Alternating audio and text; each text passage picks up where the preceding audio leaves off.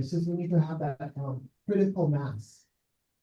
So I do hope that everyone reads the statement carefully. You will not see the word sovereignty in the statement.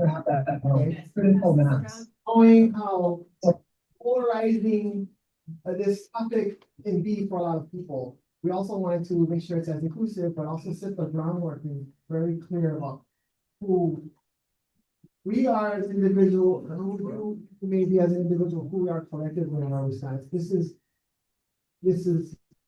something that I think no other political party as a whole has come to that collective agreement, values and perspectives, and as dynamic and challenging as that may be, at least there's some ground that we can actually stand on and get some traction. Okay. So yeah. We, the Green Party of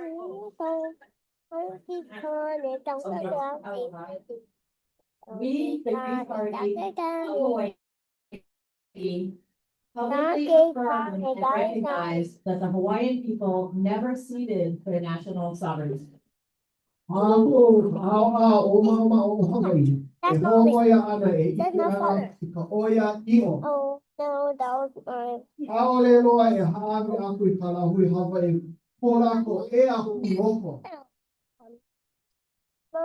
And have been under illegal foreign occupation since the overthrow of Hawaii's last sovereign, Queen Liliuokalani, in 1893. Ua noho ia ko Hawai'i nei malalo ka noho ai hui ano ka mai ka wā I hapai ia ai ko Hawai'i mo I hopelo a o liku o kalani. Ka makahiki umi kuma wai ka nako kumakahi. Oia hoi ka makahiki 1893. Furthermore, we commit to the reconciliation in compliance with the apology law of 1993. Public Law 103-150. Aoe ia mau mea e hoholo ana mako e ini I ka ho'omalia ana ma ke kulike me ka ho'opaa. Mihi ana o ka makahiki 1993. E kana vai lehu 103-150. And restoration under international law and the laws of war. E ini I ka hoi ana malalo o ke kāna wai honua a me nā kāna wai kaua. We see this as our North Star. This is our direction. This gives us a purpose. This gives us something to shoot for and to open up our horizons, bringing in more people. Hawaii, Green Party is a very, we're pathologically anti-authoritarian. No one can tell us what to do. We are bottom up. We are the grass. We are the roots. We are the cracks in the mountain where water goes, seeds fall in, and things grow out of it. So with this growth, we hope that this statement will again be our North Star. And now for what I have been most of your here for our panel being moderated by Ellen our candidate for House District 14. And I'll let him introduce Councilmember Rollins Hernandez and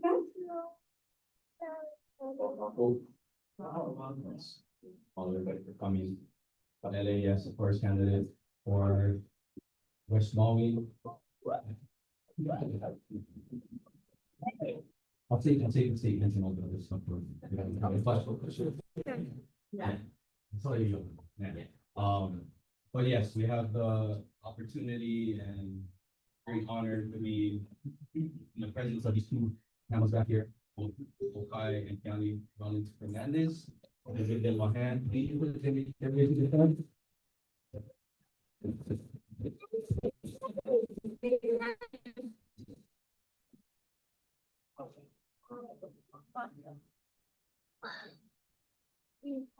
Nothing. Why? Beautiful lace. Not fine. Yes, all of that.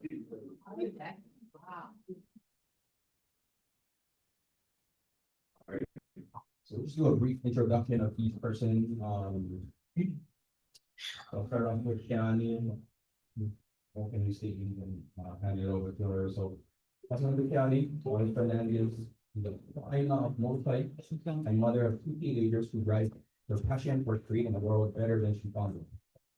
She was raised by a family intimately connected to Aina, which instilled in her the importance of reciprocal relationships between people and place.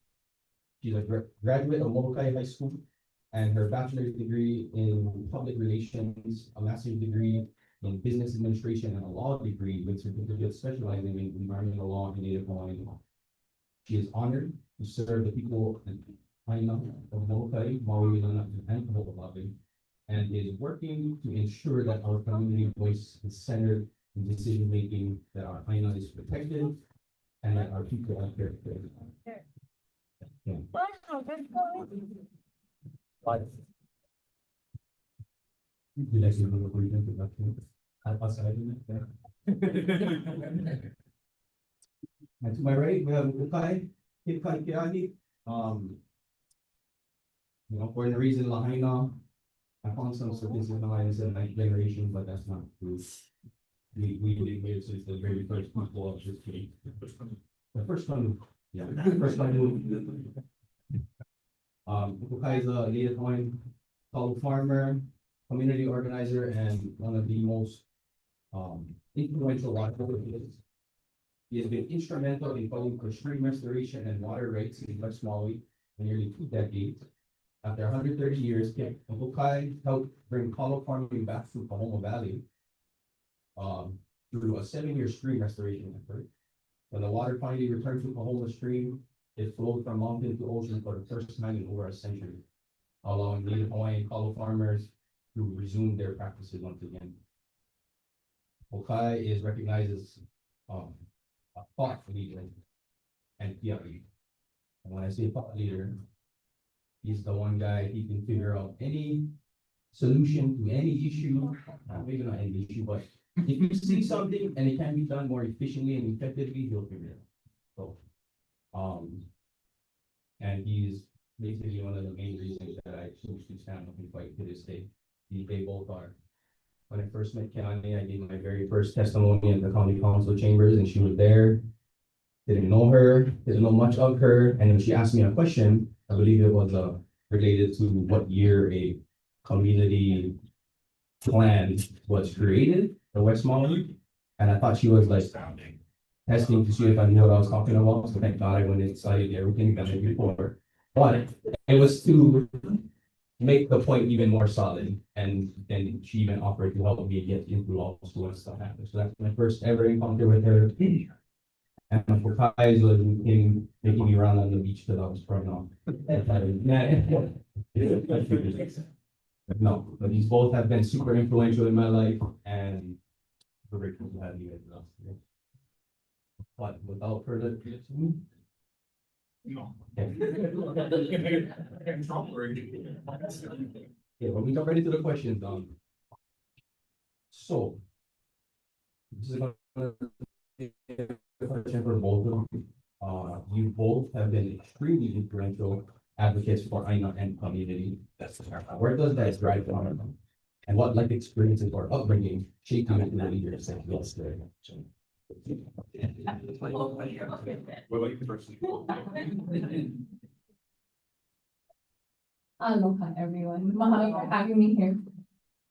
And mahalo sa Ellen for that introduction. Okay, so the Aina I belong to is Molokai. Okay. And growing up, that's in the first years of my life, by European settler standards, you would be considered a low income born. But I didn't know that. I got to eat fish and lobster every day. Rich. I got to spend time with my ohana, and I loved my life on Molokai. And that life is just so fulfilling.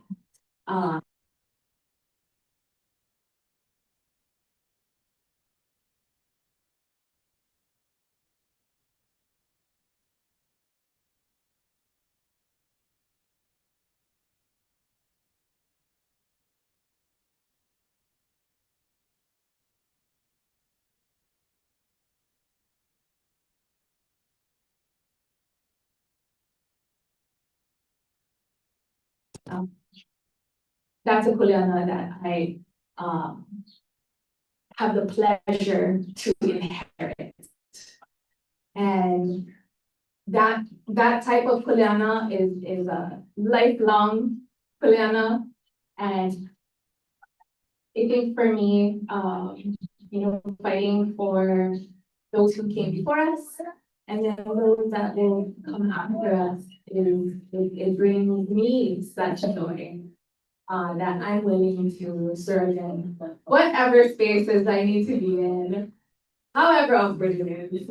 So that we, continue to have the Molokai that we have today, and to also try to, continue to help our ohana on the other end, to protect what makes Maui special, Hawai'i Island, Oahu, Lanai, Kauai, Kaho'olawe.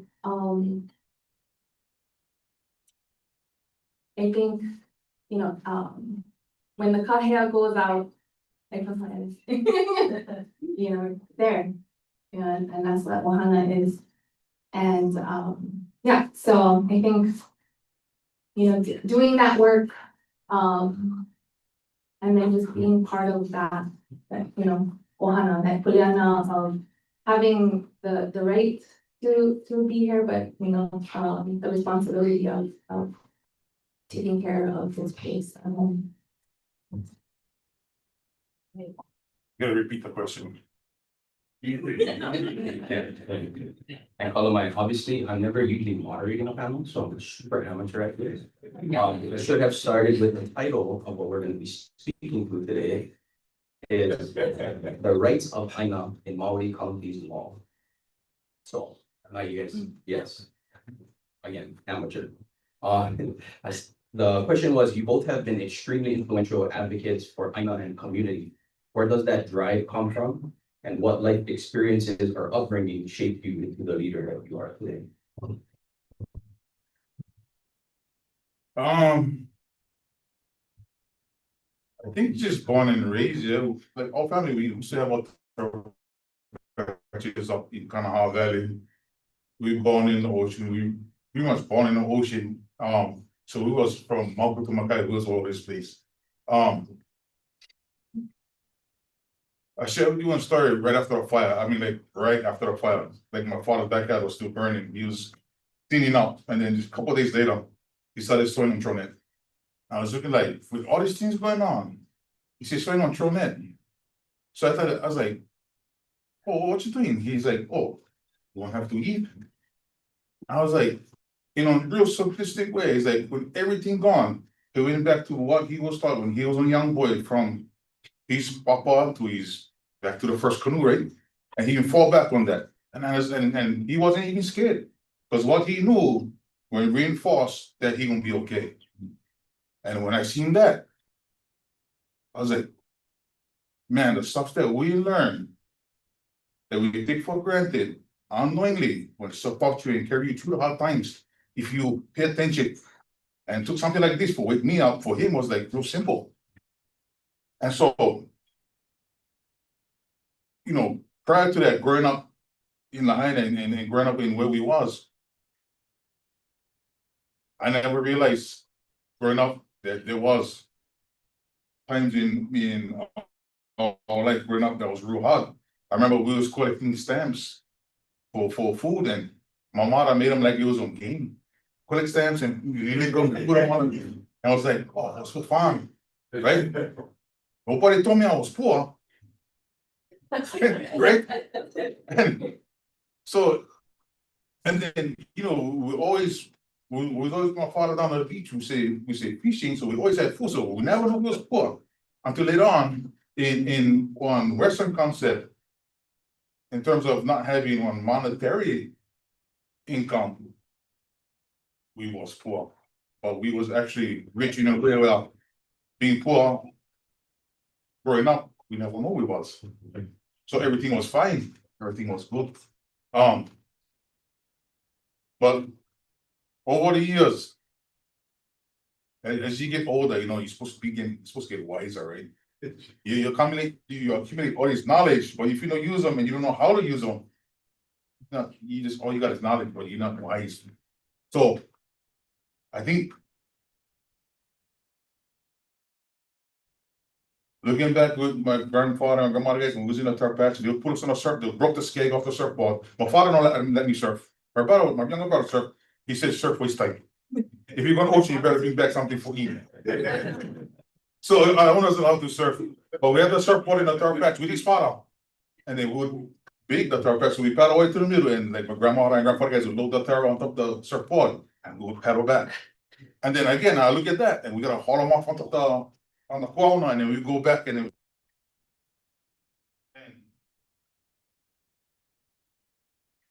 So. Yeah. Of this, of what we was doing, never really hit us because the way we was living was fun. Right? Now we know we was poor, but we still was eating every day. So. You fast forward to nowadays, real hard for good kind of stuff, because we notice we never have the water in the Lo'i, we never have water in the streams. A lot of the things that we were told about with the streams and the near shore estuaries was just stories that we heard. So we never really grasp and understand that part until when we say, let's, on a selfish reason, let's go back into Goma and let's reopen the turf patches. Never had water. And so the very first battle, which was kind of ironic, the very first battle that we had to go to war with 20 years ago was Kamehameha schools. They owned the intake. They gave the lease out to Pioneer Mill. Pioneer Mill was the ones that took all the waters from Kohoma and other streams. And so we have to go to war with them. And what's hard because they were scratching the back of West Maui Land Company, because West Maui Land Company wanted water from their lands. And Kamehameha schools for Kuya wanted water from their land. So they're scratching each other's back. So you get these two big, huge entities, and we're the small guys in the middle. We thought we never have a chance. In fact, Archie Kalepa always said, like, when we first went on this path, he's like, no way, we won't lose. And we went and we started gaining traction. We started gaining people in the community joining the wagon. And for the first time after 130 years, we finally got to see water back in the stream. It took 7 years for the water to reach the ocean. They had to saturate the stream. So you don't just let go of water and it reached. No, it took 7 years to finally have a good enough flow to where the water's clear, cool, and vibrant enough to sustain life. So on that note, being unselfish kind of idea that we wanted to do, we started recognizing, hey, where is this fish coming from in the river? Wasn't ever there, was on stream dry for 130 years. And so it was like, okay, we gotta find out more. This is beyond just restoring water and beyond the turf patches. Things happening that we never think was gonna happen. That we go down to Mali, the Muliwai, and we see these fishes that never used to be there either. And maybe I can get a person out here to talk about that now. Down in Mali, that's where we from. We were born and raised over there. And my father died the whole place is there. So one day we diving, and he told me, hey, you see that school in Illinois? Big school in Illinois. I said, yeah. He told me, something wrong. Because when I was young and when he was growing up there, we never had a school in Illinois because the river was never there. And those fish like to congregate around where freshwater springs come out.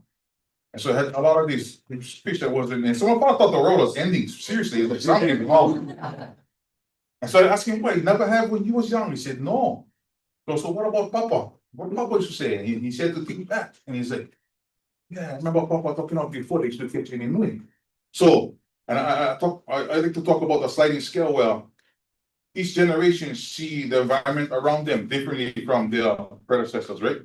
So what my grandfather saw and what my father saw is two different things, and yet we take that as that's how it was, right? Even though in my father's time we seen a lot less, in my time I seen a lot less also compared to my father. And yet I say, this is natural, this is how it's supposed to be. So you recognize the losses, but what happened was, once we restored the stream and this aquatic life started coming back, we flipped the scale on its head, and now we're moving in a different direction. Well, we're seeing things that was never there before, but actually not there in our time, but was there in my grandfather's time. So that's when the thing supercharged and reaffirmed what we were doing was right. Then we went for the whole West Maui, the stream restoration, the water protections, and it wasn't just because of those things. There's a lot of things that we started to realize that when you started, learning and going through the data and the studies, you have to realize like the West Side, we're such a bad shape that if we don't change what we're gonna do now, the way we utilize water, it's gonna be too late because our aquifers is right now at this point in time this close to being unusable. So I mean that's kind of where I can go. Paulo, that's actually a perfect segue into the next question. All of the things that you just mentioned, the impacts on the environment, all of that contribute to the disaster that we've been experiencing. So in the cases of both wildfires and the flooding that have impacted our islands, what do you see as a connection between those two or all of these disasters? Again, what must we do in Hawaii?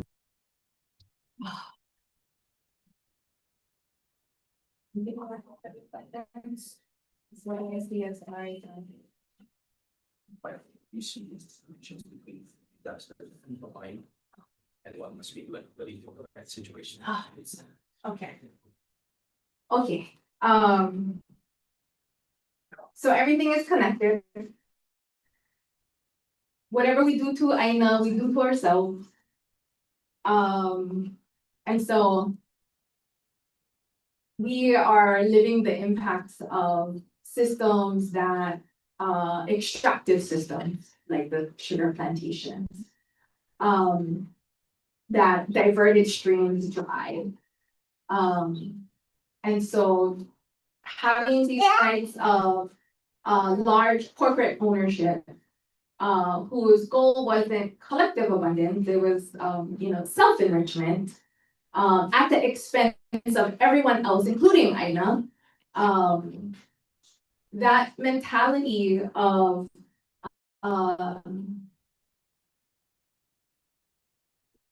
everything for themselves and everyone else can kick rocks, is not will not lead us to abundance, right? And so I think like for the systems that Lahaina had in place and other places where ahupua management of Aina, recognizing everything is connected, Maka, Makai, Levelani, Kaiho, Honu, and then ensuring abundance of all realms.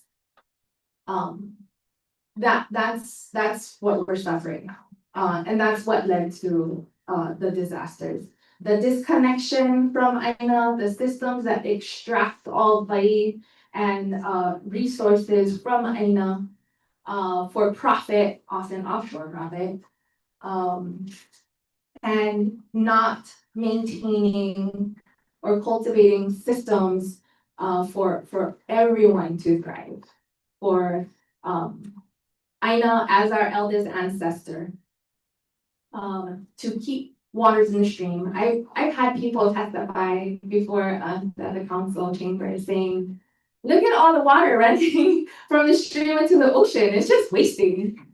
Yeah, no, it's for real. Like there are people who don't understand hydrology and ecosystems, and they look at the stream for human use and not understanding how drying, in diverting a stream dry, the impacts that it has on, drying out the aina, not, drying out the muliwai, and then, we end up with less types of fish and less fish overall. And then the impact that it has on the limu and, the aquifer, right? So you drying out, the land and dried out and denuded soil, like you just have like invasive grass. Like other industries, such as the cattle industry, that introduce all these really long grasses, right? And so you have like those types of grasses just growing wild. And the types of native vegetation, struggle to grow under these conditions of scarcity. And then that's how you end up with compounding disasters of like long-term droughts, and then rain bombs, and then sedimentation, which affects, like people's houses, and then the nearshore fishery. So now there's less groundwater into the muliwai, and then you have sedimentation, killing the limu and then smothering the coral. So for fires and for the floods, that's what it is. So just that's what we have to do. What do you think we need to do to prevent situations like that from happening again? Yeah. So I think, well, ultimately, the things that we have to do is like vote paele in.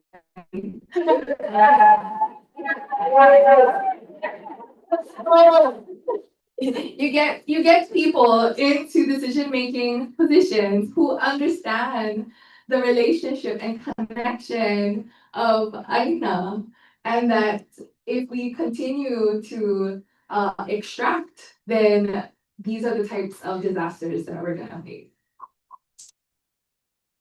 Yeah. I know you. So, You said, but You remember the question? Yeah. think I remember the question. When I was in college up in Oahu, as at UH, we got to visit the Halawa Aquifer. You can go down the tunnel and check out, that water that they got down there. It was pretty nice. But what would stick out the most to me when we was there, the guy that was giving us a tour was like this, and Halawa, that area is not like our mountains is high like this. Our mountains are a lot higher, but he said when that rain up above Halawa hit that mountain, it takes 30 years for it to precipitate down into the aquifer before it's ready to use, to be pumped back up. And so I was like, oh. And then now looking at our mountains, which is like twice the size, so I can say easily say 50, 60 years when that cloud on that mountain doesn't go that too. I'll be 110 years old before I can drink that water. And I'll still be young, but that one kind of influenced a lot of how I thought about water. When you put water out of the ground faster than that rain can replenish, and especially when we see like global warming and the less rainfall, you get scared. And then you start seeing the data, you get scared. And so what happened 100+ years ago, the dewatering of all of Hawaii, not just the west side here, but so the effects that we see now of what the plantation did 100, 130 years ago is being felt today. Because when they was extracted, they wasn't worried about the data or how much water we have. They pulling and they trying to produce profits, right? And so they divert the streams. We get on well systems on here is like feats of engineering and how they was able to pull water out of these mountains. And we got to walk through some of the tunnels. It's crazy. Like it's not going well went straight down. The well was sideways. And when you go through the mountain, they're cutting through these dike systems, and all of a sudden, if you cut through this dike system, water fall from the ceiling. And then they catch this water in the tunnel, and it can run back out towards the stream, into a diversion, and out into the fields, into the reservoirs. And so it's like, that was pretty crazy. Then I found out the information that the streams are the superchargers of our aquifers. So when water running down the stream, for every foot of stream, let's say Kahoma is about 6 miles long. I forget how much, 5,000 something feet in a mile. And we got 6 miles. Every foot of stream absorbs almost 1,000 gallons of water. And it's because it's lower and closer to the aquifer, it supercharges the aquifer a lot better than the rain can. And so there's gaining reaches of the streams, and they call it losing reaches. It's not really losing. Losing means you losing water in the stream, so you're getting less water, but it's actually what I call recharging area of the stream. Well, once the water starts coming down the stream and you start losing in the volume, it's actually going down into the ground and refilling our aquifers. And so it's not losing reaches, but I like to say recharging reaches. And it's those reaches that supercharge the water that's closer to the ocean side. And what I learned was for every foot that our aquifer goes down, ocean recedes or penetrates inland 40 feet. And so, well, I think it was Westmoreland, well, not too far from the base of the mountains, and they hit some bottom. And so, what does it mean? What is that telling you? So, we restored every single stream in West Maui except for Hawaii, which is on the list, but we got stuck with COVID and the fire, but that's gonna happen. We fought for designation to protect our aquifers so that we manage them in a way that will make sure that just make sure we get water for the future, but that we increase the volume of water that's in our aquifers for our future generations. And the people we had to fight was all the old plantation companies, Maui Land and Pine, Kanapali Land, West Maui Land Company, and guess who else? The County of Maui. They fought against us. Not the council, they was for us. The mayor was like sending down the director saying, we don't want designation, it's no good. And that the triggers that we using to trigger the designation wasn't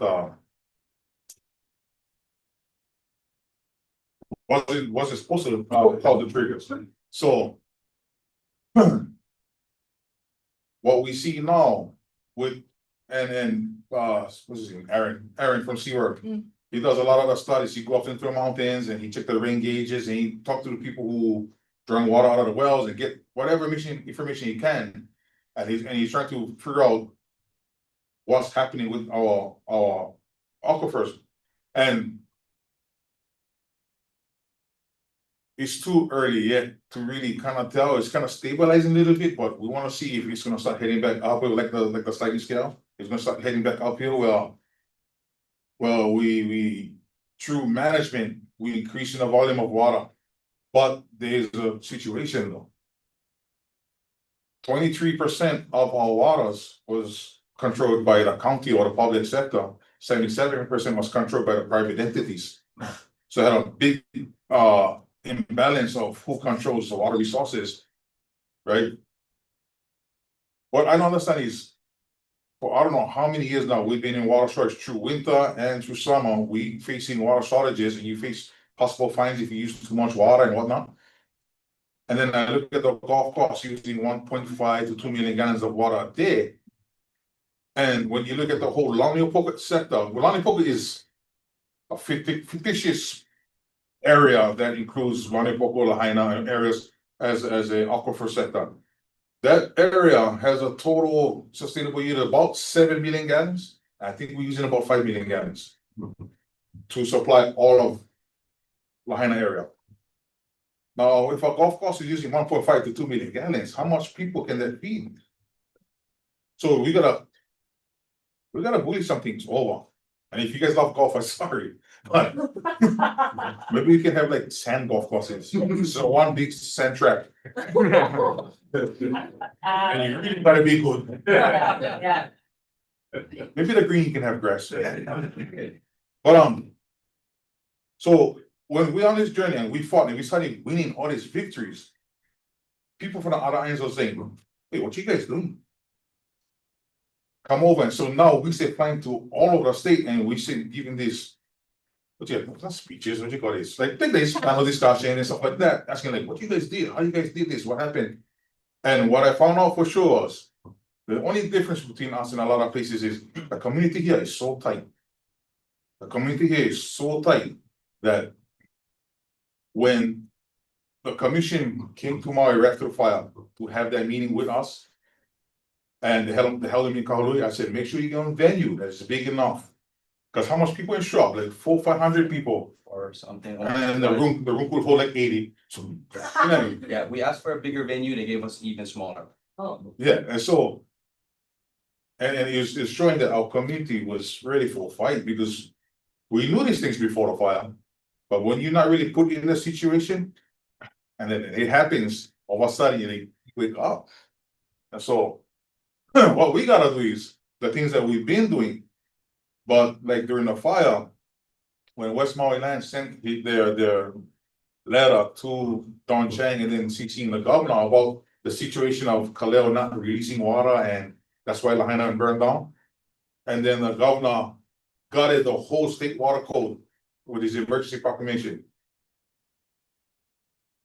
He did that based on what a private developer who was known for breaking the law, diverting water that he not supposed to have diverted, had to pay $500,000 fines for what he did. And they took his word as, that's the truth.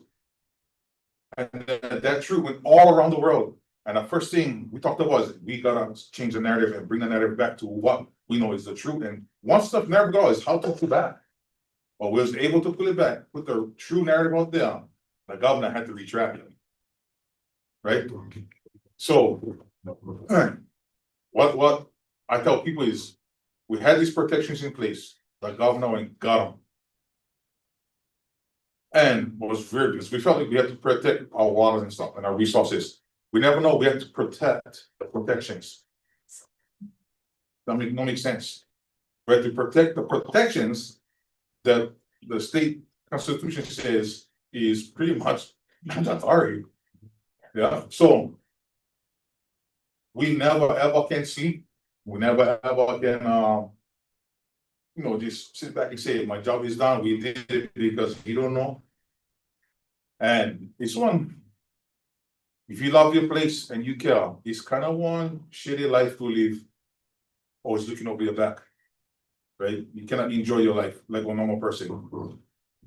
Yeah, we enjoy and we do our things, but while we enjoy, we're looking backwards. See who come out from behind you. All scrap you right across the back. So it's sad that when he was young, he used to follow me around. I get my boy now, he older now, he's like 21. And I'm looking at this, it's like, you guys going to inherit this. You're going to inherit this. Right? And I'm happy he chose to do something about it. I'd rather not have to do nothing about that because things are protected and we don't gotta worry.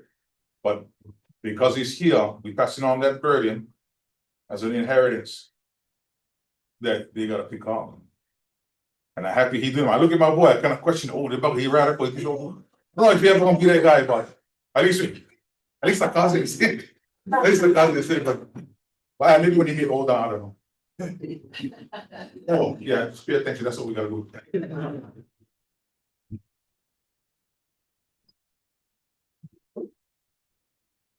It's fine. Priorities wasn't there at 21. No, I wanted to share this too. There was a lot of mention just about the Hawai'i and the aquifer itself and trying the connection between both fire and flood. When you go outside and you go dump a bucket of water onto some dry dirt, that thing is gonna cool and is not gonna seep into the ground. It's gonna take a long time for that to seep into the ground until the ground opens up, gets wet enough, then you go back and pour in the same spot, it'll penetrate. So when we had those rains right after those ton of loads, our ground was not equipped to absorb the water yet. So we saw all of that runoff. We saw massive, there was full rivers coming down all of this over here. And a lot of people think that these are separate issues, but they aren't. Definitely not, right? You get that helps to feed the grasses, the invasive grasses that's on the land. Then we get long periods in between with no rain, and all of these green grasses turn brown, which is now prone to start and fuel and maintain fire and make it way more extreme than it should be, right? So they're all connected. And one of my kumus in high school told me this is, when there's a famine in the land, there's a famine in the sea. He said, if you know rain on the island, should be all right, you can go in the ocean, go fish, go dive, and we're all like, oh yeah, always get fish, they have no water. And he said, no, that's not the case. Most major reef structures are centered around a freshwater source. Yep. They all pull the nutrients out of that water and the dissolved minerals that are broken down over time, it makes its way into the ocean. That's the building blocks that the reef uses. But not only that, that brackish water is where you get algae formulating. And it is also a spawning ground for all of the smaller fish. You know, like salmon, they go back to their where they're from because it's in there, there's not as many predators. We have fish that do the same thing. Male, ama. And they all, without that connection from land down to the ocean, we don't have that spawning. That small fish, that limu, and that all of that phytoplankton, the Hawai'i, all of that feed the small fish, which feed the bigger fish, which works its way up the food chain. So now we break that discontinuation between the two. We don't have food in both areas, you know, so that's how important it is and that connection between the two. So That's just on professor. We talk plenty about water and almost like land secondary, but it is, but it's not. But what we're trying to say is that if you use a Western concept and look at the value of land that no more water per acre, pennies. Yeah, but if you're able to divert this water, bring them across through ditches to these lands and now irrigate these lands, what's the value of that land now? Right? At the expense of where the water coming from. So I never like to share on people's dreams and having that dream of owning your own home and whatnot, right? But anybody went to Catalina Island off? I know the paddlers did. Catalina Island, like when I got there, was cool because I got to see, but what's one stick out was like they only allow certain amount of homes, they only allow a certain amount of cars on the island because the resources that they get is finite. And only water that they get is based on whatever rain they got that year, and it's collected in a reservoir, and that's it. So they cannot expand on that. I think the island is probably as big as Kahul of it. It's kind of interesting because they told me what we were told, like when you have a kid and the kid is born, you sign up on a list to get on car. Because hopefully by the time the kid's 18, 19, 20, people die, and so you get on a spot to get on car. Other than that, everybody driving golf carts. Everybody driving golf carts around there. So it's like, how come they allowed to live on lifestyle based on what they can handle environmentally? Yeah, right. And it wasn't so much about the economic part. They get on golf carts, but it's like money kind. You know what I mean? They don't more really resorts. They get small kind, but a lot of the homes is like tight and close and small, and they only get what they get, and that's it. I think we live in with the false idea that because we live on islands as big as this, that we can see clouds and rains coming down every day, that we get this continental ideology that our resources is not finite. We get more than we have.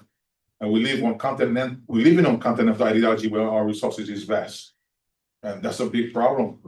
And I remember Nainoa Thompson saying, who is better to live on this planet Earth but island people? All people around the planet who live on islands understand how finite the resources are. And what is Earth but an island in the universe? We cannot. Well, let's go to the moon then, right? It's not like that. And so it's kind of like a fear, but more, not a fear, but an understanding that we gotta live in a way where we can stay here and not, overburden our resources to where one day we gotta go, right? So it's kind of like how I see it.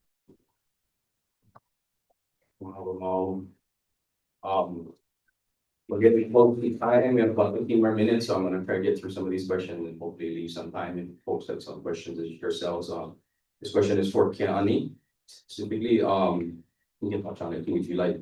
But with that concept of policy influencing the policing of an area determined strictly upon availability of resources, that policy is crucial. But we're not seeing that concurrently across all places. It's all different. So for you county, when it comes to protecting our I-9 communities, how do you see both sides of the current political system falling short? And where do Democrats and Republicans each potentially miss that mark?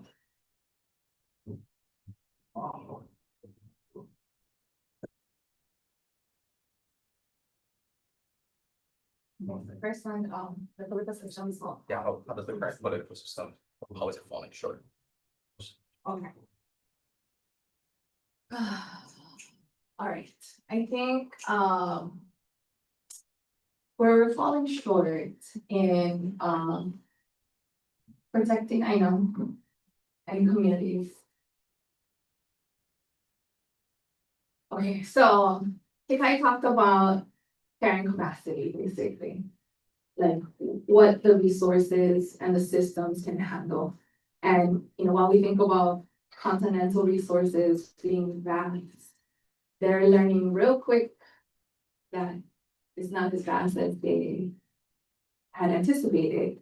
And just because they measured the Colorado River in the wettest time of the year ever in history, that the anticipation of there being that volume of water would always be there.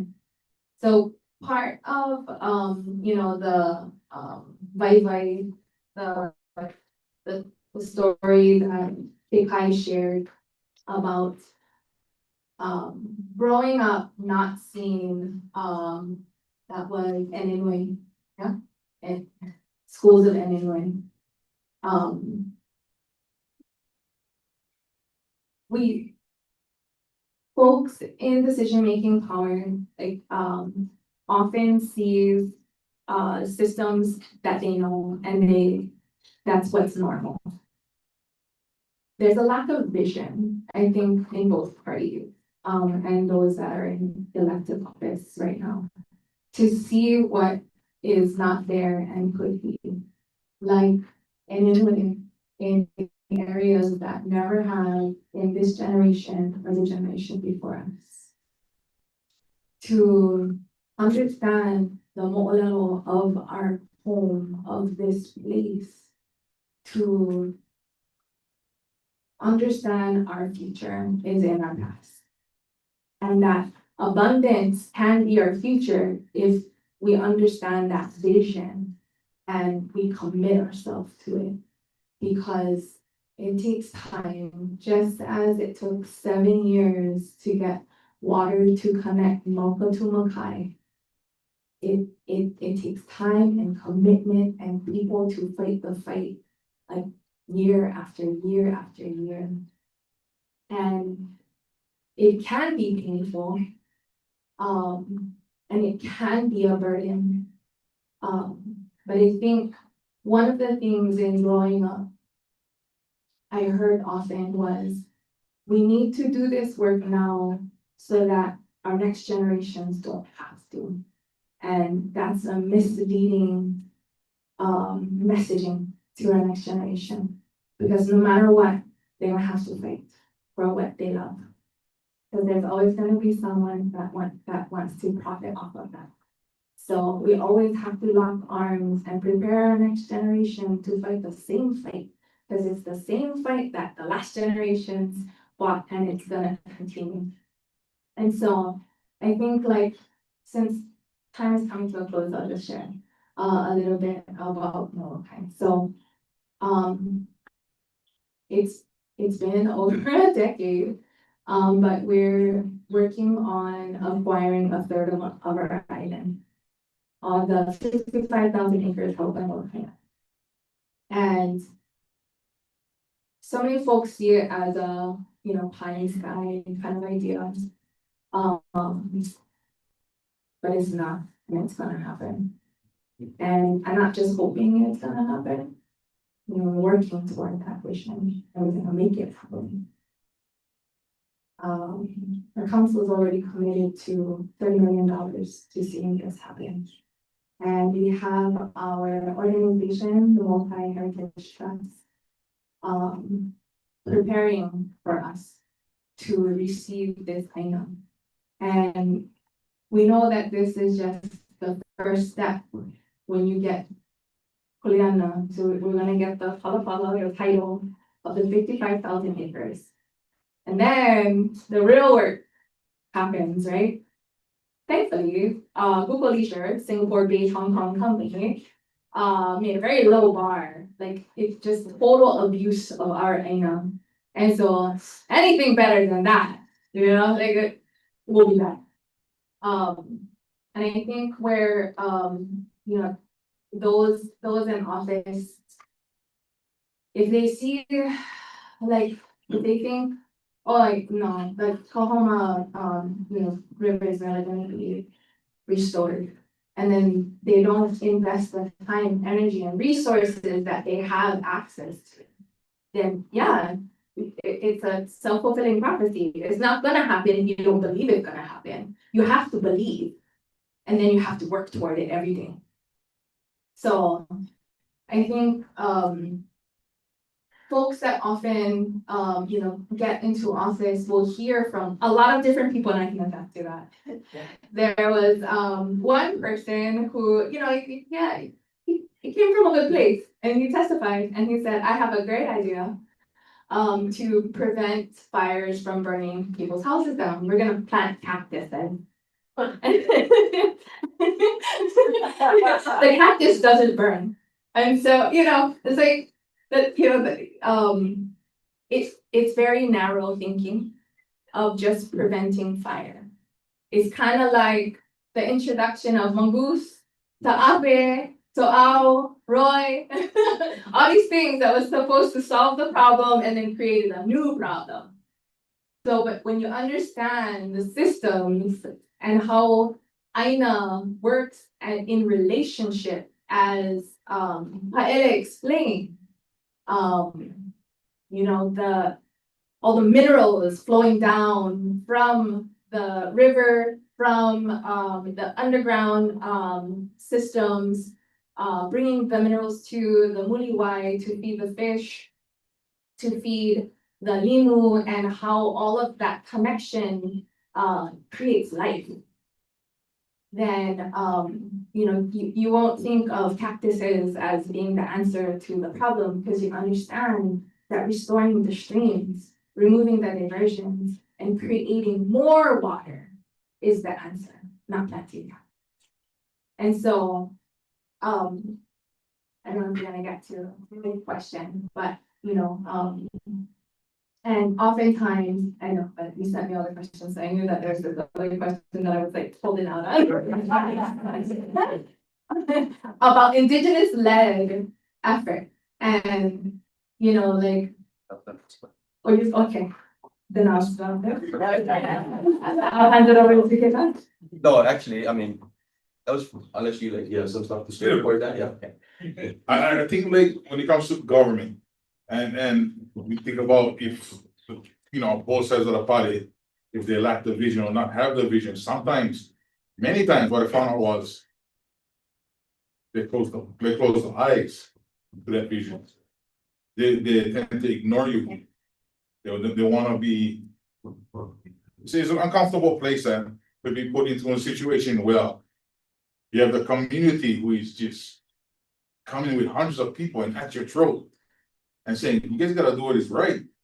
And some of them actually like turn away or even start playing with their phone. There was one commission meeting that I had the lawyers draw me up something to speak about because I was working and I just couldn't focus on getting what I need to get up, so they draw me up something. So when I was watching on Zoom as the meeting was going, one of the commissioners on the water commission said, we was talking about how the salinity levels on the west side is climbing to a point where it doesn't meet federal standards, that is actually considered toxic. And so one of the commissioners made a joke, oh, at least you guys, chlorides is salt water, right? So pretty much salt. So he made a joke like, oh, at least you guys don't need salty food anymore. And I was like, wow, what reality we live in? So everything that the lawyers gave me that I should be speaking about went out the window. And the local boy came out. I was like, bruh, we here live in this situation that we fear, and it's happening now. And because you're not in the reality that we live in, you can make this joke like, oh, you don't need salty food because the water all salty. Like, that one freaked me out. And then I realized it was like, some of these guys, no, really, yeah, other than whatever they supposed to be supporting and the vision that they see, and if you coming up, a lot of them suffer from cognitive dissonance. You guys understand what that means? You know what I mean? It's like you grow up learning your values and morals from your father, and one day somebody introduced some new information that challenged that, right? And all of a sudden, this new information that is studied and factual actually proves that maybe what your father taught you was wrong. You know how to let go of that is painful and uncomfortable. But if you open enough to say, I accept this information because I see my father was mistaken. Because for me, my father never wrong. Ever. Right? But there was times where I was a little bit skewed or something. And so I had to look at this. So I tell my father, hey, look at this. I'm saying this. He's like, these guys don't know what they're talking about. You know what I mean? So I let him, he older now, I let him enjoy that. I don't like putting me in that stress of having to deal with this. And so I was like, okay. The thing kind of painful to accept, but I gotta accept them. And many people know have that capacity because it's too uncomfortable to allow that to happen. And doesn't mean I don't love my father any less, right? But he strengthens me to give my boy, pass on what my father gave me, and pass on to my boy even more. Because every consecutive generation is supposed to be better than the last, right? So if I uncomfortable with these new facts, and I don't take them in, I'm not helping the next generation. So, kind of like Oh, you just had kept this pair before. Had it for the first time here in New York, and the thing was, well, and we don't need no cactus. funny. Okay, that's, I gotta go try that then. Facebook. Okay, so I think we have time for one more question. Might go over time a little bit. Hi, Ellie, are you gonna But take one- any questions from the Zoom audience? So I've been victim to this multiple times now. There are a lot of people out there who only get a piece of myself, what I am and who I represent and how I carry myself. And I've been getting this a lot is, oh, he's only for the Hawaiians. So with that in mind, with you, some people do say that indigenous-led land and water advocacy only serves our Hawaii people. How do you respond to that? And can you give an example or examples of how protecting Aina and water the Hawaiian way actually creates a better outcome for the entire country?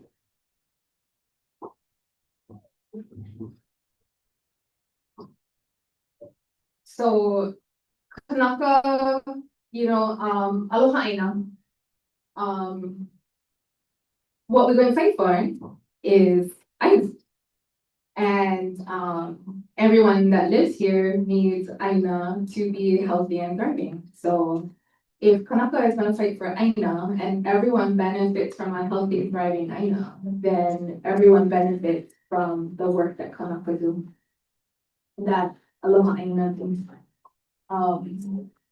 The indigenous people of any place have been there for centuries. And there's that connection, our culture is a place-based culture. And so the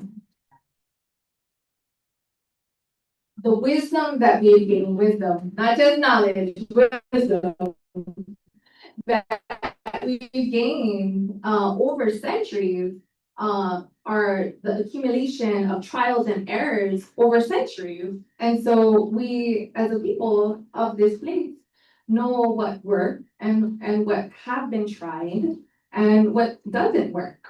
And so you have folks that may come and have like ideas of what works in other places and, perhaps adapting, it could work here. But sometimes it doesn't work and then it ends up being a bigger problem that we then have to clean up and fix.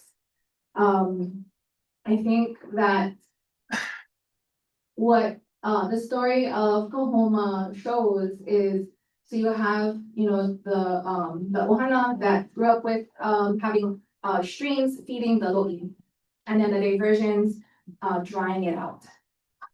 What happens, as was explained, is there's less water recharging the aquifer. And everyone needs water for them.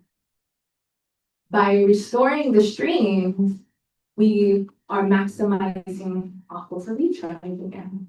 And everyone benefits from more water in the aquifer, from more water in the streams. I think for us as indigenous people here, as was shown in all the disasters, when our communities respond, we don't just help other Kanaka, we help everybody. And so, like, that's the mentality. If you hear, then we're going to help you. And so I think that those that try to message that, or, like Hawaiian elected officials or candidates that only like serve Hawaiians, they're just projecting their own attitudes toward like how they approach politics, is that they only going to help their own people. So these people must be only like help those people. And so it's also a distraction. There's so many distractions in politics. So it's really important that we as leaders in the community stay focused on what needs to be done, and continue to build solidarity in the community to get what needs to be done.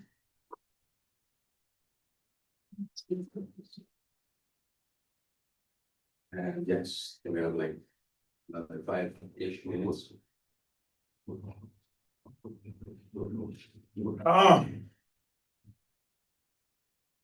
I won't borrow this from one of my friends, Molokai, because I hit on that too, yeah. And he said 100% Hawaiian, 100% Korean, and then 100% Hawai'i, which is, I was like, how do you 300%? He said, because the Hawai'i means 100%, the Hawai'i means 100%, and the Korean means 100%. I was like, well, that makes sense. And just so happened, that's me. My mom is from California, So I'm 100% Korean, 100% Hawaiian, 100% Hawaiian. So, and like, kingdom, during the kingdom time, not had just had Hawaiians, had all kind of multi-ethnic groups, and everybody would play a big role in making the kingdom a success. We never stay home and say, we know like all say that because the world is more nothing for offer. Our kingsmen sent people all over the world. It's probably the most widespread people at that time, all over the world. He said, go there, go find out what's good and what we can use, bring them home so we can use them. For elevate our living style, our kingdom, right? So they wasn't afraid of new things that wasn't from here. When I was in school, I had this someone guy, he's my good friend. He told me, bro, when the missionaries came to Samoa, they was going to try to make the Samoans Christians. He said, no, we'll make the church Samoan. And I was like, oh, that's so like, I heard somebody say if Kalakaua was here right now, he would have a cell phone because he can better our situation, right? Why not? Right? You even read a lot of the history when overthrow was happening, before things was happening, a lot of Hollywood was saying, hey, arrest these guys now, go get them now, throw them in jail, kill them, whatever you got, because this, and the queen said, let's just do them another way, but so it wasn't just like, oh, we was on our own and everybody else was the enemy. It wasn't even like that. And so that's a lot of times, a lot of Hawaiians suffer from looking at everybody as being the enemy. And if you look good enough, these people really, they can be on one creative part of rebuilding what we get and what we lost. So take them in. Yeah. When I grew up, with my mother, how old I grew up and my cousins, you know my cousins, they kind of like, they're kind of different. But they should tell me, hey, your mother, how old or you, how old and they should pick on me because I come from the younger part of our family. And me, I say, get all mad, but I was too small for doing anything. But they never know I was gonna grow up for 46th Street. And I said, here, bro, you remember what you should call me this kind of stuff? Oh, bro, young can stop. But I see some of them today. When you go from calling me names to now they say, bro, what you on your Facebook stuff, though, right on, bro. I was like, well, you are one of the very ones, but look at me, hey, right on, bro. But somebody gotta fight for people, this and that. I was like, so you know what? Was one flip on how if I state the cost, the people that used to say this kind of shit about me wouldn't change. And they was able to foresee, oh, you know what? It was wrong. Right? And for accept that, it's kind of how to, so I give them credit for that. And then what I think too, like my father, when I came back from school, and you know, oh, he's so net, he do all kind of stuff. Say, hey, but you know, I learned in school, they call it sculpture. I'll tell me, what is that? Culture, you think net, you type, say, please. This is what we have to do. Too simple, he's thinking. That's just what we had to do. And I was like, man, that's why after the fire, you know, I was scared. We're gonna catch fish, so he's nice. I was like, I didn't be like that. I didn't know that what I know and what I was taught when solidify me and make me that rock to where when these kind of stuff happen, I don't feel because I still scared sometimes, you know what I mean? So, and then with the young D fire folks or lots of folks, hey. At one point, I was looking around the young generation. I was like, is it? Are we last? There's nobody coming up after us until they started stepping up. And I was like, bro, these guys can take them even farther. They get the understanding of the video and stuff like that, where they can reach farther. And they know how to narrate and put things together, then make what we're saying magnify them even stronger. The problem with a lot of the older guys, I don't want a problem. A lot of the older guys, they don't know how to let go of once you get into this position where you get some authority and power, and you get the young coming up, they don't like step back. And I told ladies plenty times that it's not hard for me to step back when I know get people like him and D folks that's coming to the forefront. D used to send me that video that he did, and I was watching him last night. Good timing, bro. I was watching him last night about like 12 o'clock at night, and he was his first time testifying, right, at the Water Commission. And he's kind of like blaming himself that he wasn't involved, you know, prior to this, but he's here now, and he cannot take blame for the fire because he wasn't involved. And just what, a few months ago, these two guys are speaking at the UN. Yeah. I was like, how did it even happen from wheels up in a mountain, driving through some on the mules, Yeah. getting all dirty, talking about, you know, Lahaina, and then next you know, these guys they wear suits. And they say at the UN speaking on behalf of all of us here.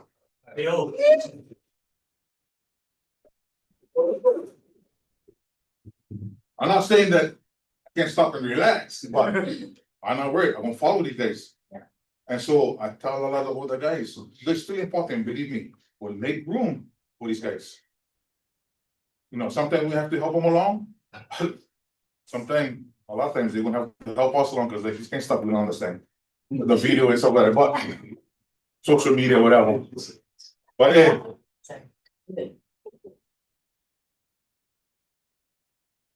when for me, for put my faith in somebody, I gotta know. I gotta hear what they get for say. And a lot of times they gotta prove to me that what they say is what they're going to do. I want to be a simple guy too, but I'm not as simple as my father. But with these folks, these guys, I can't wait my hand, I said, go on, go for it, man. No problem. No problem at all. I still only 53, I still young yet though. Yeah. Huh? No, I'm not old, I still be young. Not as young as we used to be. You know, it's funny too, because this guy was around me from when he was smoking. How old you know? 31. I think it was like 2 years ago. You must have been what, 29, 30. You still know how old. I say, no, he only a young boy yet. And I forget, he said almost 30 already. I was like, I gotta stop calling him young boy, but I don't think that's cool. So I said, a younger generation. Thank you. I think that's a really good note to close on, just the succession planning, and I just want to recognize Nene Kanyaliti, in the audience today. That she's from Molokai, and part of, our succession planning. So I look forward to all the good things that she'll be doing as a Aloha Aina as well. I think, we'll be, there's a bunch of us on the council that's gonna be serving out soon. We instituted term limit forever, 10 years, how we can never come back to the council again. And so, we're the only council that has term limits. And I'm hoping that, I know some people don't care for term limits because people should have the right to vote for whoever they want to. But it, doesn't acknowledge or recognize the reality of the political system, the elections that we are currently in, which is oftentimes whoever gets the most money and whoever can infuse that money into campaign end up winning. And so I'm hoping that, for the new folks that end up going to the legislature, we can institute term limits there as well. I know it's a double-edged sword, because I'll be out and I will never be able to go back again, but that pushes us on the council to build capacity within the next generation, to ensure that the policies that we passed, continue on. The systems that we designed to help our people and, improve our Aina will continue on past our time on the council. So mahalo Pa'ele for running and for putting on this time today.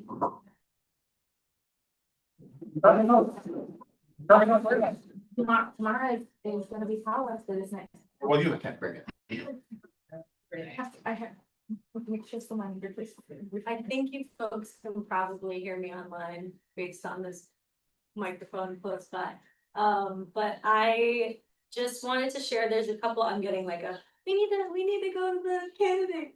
And so I just wanted to share, we have a comment, very good panel. Everything we spoke about is the same in East Maui with AMD, EMI, now Mahipono. We've been battling in court for years in all of Hawaii. So just a huge thank you for that. And just the, And the Vai'eha. yeah. Yeah. And then I have a question, which I think I kind of want to save for the candidates. It's coalition building is the center of political success. We need people who understand communication, advertising, and academics, who have expertise, who understand the failure of an attitude of elitism or reaching out to such people. So to me, that feels like a good candidate question. What do you guys think? Yeah. But yeah, I just appreciate you guys so much, and I'm awkwardly over here, so if you wouldn't mind. Welcome to the green.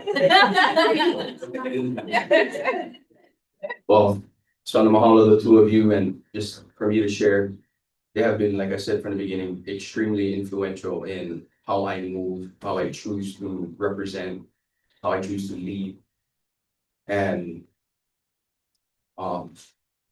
even just back to that question of we all, I can say confidently that each one of us has fought for something from a Hawaiian lens and point of view. And when we fight for Hawaii, we fight for Hawaiians and we fight for Hawaii. We're not fighting for a specific ethnic background. We're not fighting for a specific people. Because putting the water back in the stream don't put money in my pocket. You know, replanting native forests up Malta don't put money in my pocket either. So I'm not racist, I'm placist.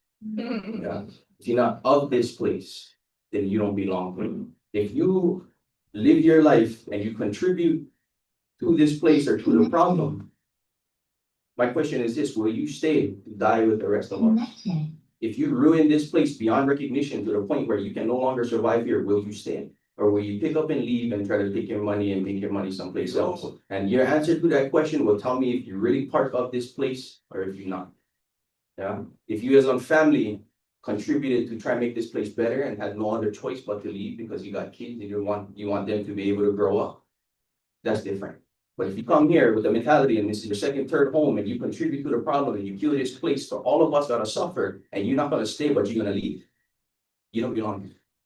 Yeah, and I believe that's why I am part of this Green Party also, because it helps me to be who I am and not have to put myself in that box. You know, we believe that just from the statement, how we started that day, Mahalo, all of you guys, they worked on that before I was even part of that, and then went to the UN and been able to share it in that place. Yeah. But without the foundation that these two have created for us to step into, there will be no stage for us to stand on. So I'm mahalo you guys. Although one more round of applause for them.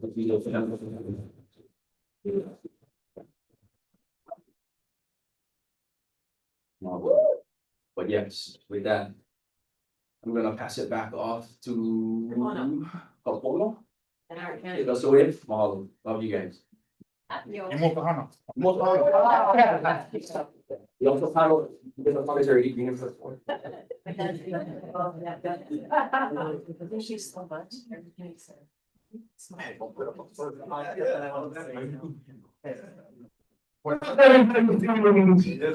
Are we excited, Jazz? Ready to do some jumping jacks? Okay. Just a real quick thing, a side note before we start.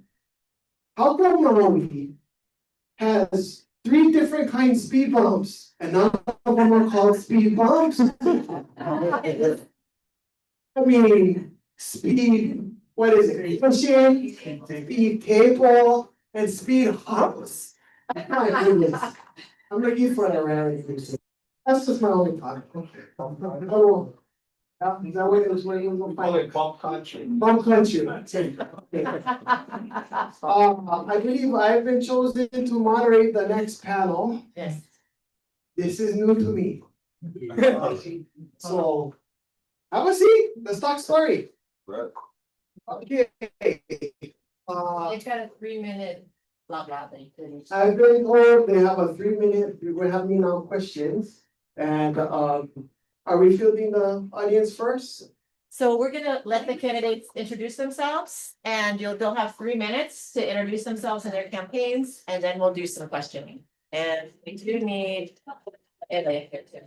Sounds like someone moderated. Oh, no, you are. Okay, so that's what we're gonna do. We have 3 minutes. We're gonna introduce each of our candidates here. And then kind of share a little bit about their platform, their positions, and where they're at.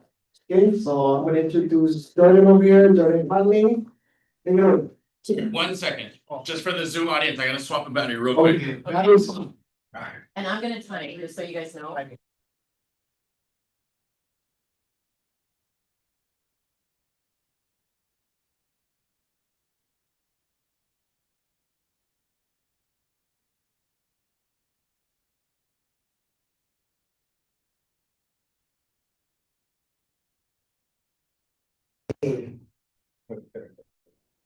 Millennium.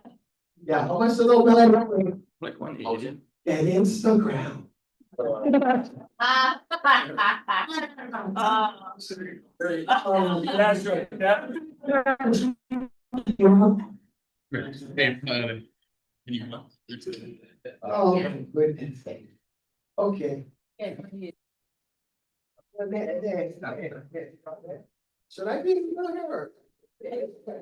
Very informal, big crowd, super jazz. Okay. Bibigo mo ako, aloha. My name is Kopono. I guess I'll be moderating today. Let me do a brief introduction. This is Jordan Connolly. He's running for District 1, US House of Reps, okay? And this is Jesse Fitzgerald. He's running for District 50. Kailua Kaneohe. Hello, Connolly. And of course, we have Maeda over there. Holding it down. Yes. All right. So, mahalo, here we go. We're gonna start with Jordan. Aloha, my name is Jordan Conley. I'm running for U.S. House of Representatives, District 1 against Ed Case. So first, who I am, I come from Dayton, Ohio. I moved here in 2004, 2005. I've been here mostly since. I moved back a couple of times, but I've been here most of the time, 90% of the time since then. I was an athlete as a child. I was, what do you call it? I was a quarterback, so I've always been a leader. I was a born leader. I always led things, basketball court, anything like that. So, at one point, when I got older, I, in my 20s, you know, I like to have fun and stuff, and I was like a kid or whatever, and I got to the point where I started noticing that I should start stepping up and doing more things, right? Like if I can help out people, if I can do things, then I should. So like, if you're the one who should be the leader, or you're the one who should step up and help things go, then you should, and so I figured I would do that. So why am I running? The Green Party asked me to run for one. So, I mean, all right, we're a people power party, and so we need regular people to run our party. I'm a personal trainer. I used to be a bartender, server and stuff. So when you came to my bar, I wanted to make your interaction with me the best part of your day. When you left, I wanted you to say, oh, this guy was great. I had so much fun, this and that and that. And so after I did that for about 10 years, I felt like I'm really not helping people in the way I want to. It's not like a lasting note. It's like, oh, I can make you have fun on one day, but it's not like affecting your life on the long term schedule or whatever. So I decided to become a personal trainer because I've always been an athlete. I always went to the gym. At the gym, people always tell me, oh, you should be a personal trainer when they watch you work out. So I did that. And now I like help older people feel younger. I coach kids to help them be better at sports and whatnot. I also teach now. Teacher, I work with kids in math and science and things like that. I'm we call it like a tutor. So, I mean, I just have always worked with people. I've always helped people. I've always kind of been a leader, and I've always tried to do what I think needs to be done. And so, what are the things that I'm gonna try to do? The first thing I'm gonna try to do is get universal health care passed nationally. I'm gonna do whatever it takes. If I get voted in, I'm gonna do whatever it takes to get a vote on Capitol Hill, the first month, second month, however long it would take, but as fast as possible. If that gets voted down, I'm gonna try to get universal health care in Hawaii as a state standard. Because I think universal health care is probably the most important thing that people need, right? Other than, you know, you need housing, you need food, but we kind of got that. Universal health care would lead to easier housing and easier food because you don't have to pay for your health care and you can have more money for rent, more money for food, all that and whatnot. And that is about 3 minutes, I think, so I'm gonna pass it on. Oh, I'm on the IA neighborhood board, so I'm an elected official. That was my first run. One thing I was gonna say is I'm 46. I've never ran for office before. I am on the IA neighborhood board, so I ran about a year ago. But I was asked to run for this office, and so I will. And like, just people need to step up. If you're a leader, if you're good at things, you might need to run the Green Party also. Like, we need people to run. We want people, instead of like Donald Trump or Bill Clinton or all these rich people that are just going, oh, I got money, I can do this. Oh, like, we need trainers, we need bartenders, we need school teachers, we need plumbers, we need bus drivers, we need all these people who know about life to run and say what we need done in politics. Might fight. So if we're doing this, coming from a grounded leadership, athleticism, inspiring youth, universal healthcare as a right, perhaps, which is very, very essential. And you are currently serving on the neighborhood board. IA neighborhood. So mahalo, Jordan. Mahalo. But next, we're going to introduce Jesse Fitzgerald. You're going for this District 50. Yes, sir. How you doing? Where was I? Very close. Okay, here we go. Excuse my language. We're all adults here, right? Yeah. Thank you for having me. Aloha kako. I'm Jesse Fitzgerald. I'm running for, like you said, District 50. So, I'm not used to speaking in front of people, and I haven't gotten any good sleep in about the past 10 years. So just gonna try my best over here. I grew up in Laie on the windward side of Oahu, where our family had some hard times, but it was the community that came forward through us through these hard times and helped support us. And brother was saying earlier, we felt that aloha from the Hawaiians and the Samoans out there, the Polynesians. And, it didn't matter to them if what color we were or where we were from. They gave us that aloha. And, we really appreciated it this time. From there, we moved to Kahalu and made our way out to Makiki, where I got to meet the Papakolea boys and was accepted with them, small kind beefs here and there, but in the end it was aloha. And, and I really always appreciated that, especially with the hard times at my home, that the schools provided a safe place of learning and the kids with the aloha, and we had so much fun, good times, those were the best of times for us, we didn't have all these pressures of adulthood. So, yeah, I mean, also later, my education was promoted by the teachers, the public school teachers, and I eventually got a degree in anthropology at the UH. Studying Pacific Island cultures. I took a few years of Hawaiian. Pretty rusty. I wish I could practice it more. But after that, I entered the workforce. And like so many of us here in the islands and probably around America, I entered the workforce with my dad as a house painter. We became licensed house painters. And from there, we, shoulder to shoulder, me and my dad, tried to carve something out for ourselves and our families here. And of course, it became increasingly difficult to do so, as the goalpost of success always seemed to just keep getting a little farther and farther out of reach. So why am I the Green Party? Well, I just wanted to volunteer, and I was hoping I could help LA or, some other Kanaka Maoli or local, person and volunteer, but nobody was stepping into the role. And I felt that, that we had to take this angst, what I see, I can feel it everywhere, what's coming down the future, and to make Hawaii a better place, that I knew that this voting red and blue wasn't getting us anywhere. So, why the Green Party? Well, they asked me, and when I looked at it, I was supporting the Green Party before, with Jill Stein. For me, we're in a state of emergency. And the fact that the Green Party wants to recognize the Hawaiian sovereignty. And also, I believe this is a path to self-sufficiency through agricultural and animal husbandry. Revitalize the lo'is and the local ias to make food for all, to help our kapuna bring down the prices, force Medicare for all. I heard the word decommodify housing, so we need to address the housing crisis, to keep Hawaiians and locals in their homes. I'm not sure if building more homes is the way to go.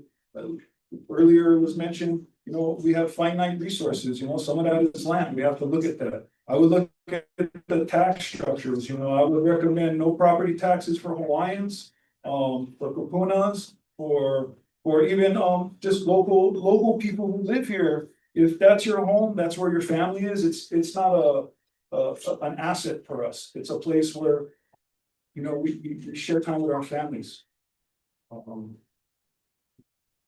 So again, I would a Green Party also would look at demilitarization. I reject the premise that the military is here to protect us. I believe that colonization is ongoing.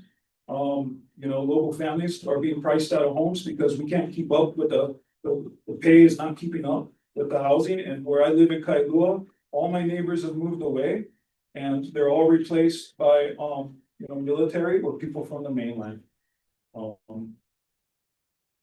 I have a couple other ideas, but I think these are more for question and answer or things like that. I reject ICE. And legalize cannabis. I would industrialize it. I remember back in the day, pre-green harvest, the worst thing the kids were doing was smoking a little herb, and then nobody was beefing. And they got rid of the green harvest came along, which is a total disaster. And then all of a sudden we had crystal methamphetamine and it ran through the communities like wildfire with the kids. I mean, kids were already hooked coming out of high school. So, you know, the war on cannabis was a complete disaster. And that, you know, and studies show places where they legalize cannabis, alcohol use goes down, harder drug uses go down. You know, to me, I think it's a medicine. Okay, and then of course, if we industrialize it, imagine all the products we can make. I think Aloha shirts, feedstock, fuel. And I remember reading an article where it was bringing in $1 billion a year at the peak. So let's look at these ideas, and there's many, many more. I can ramble on, so, but, looking for your support. Thank you so much for your time.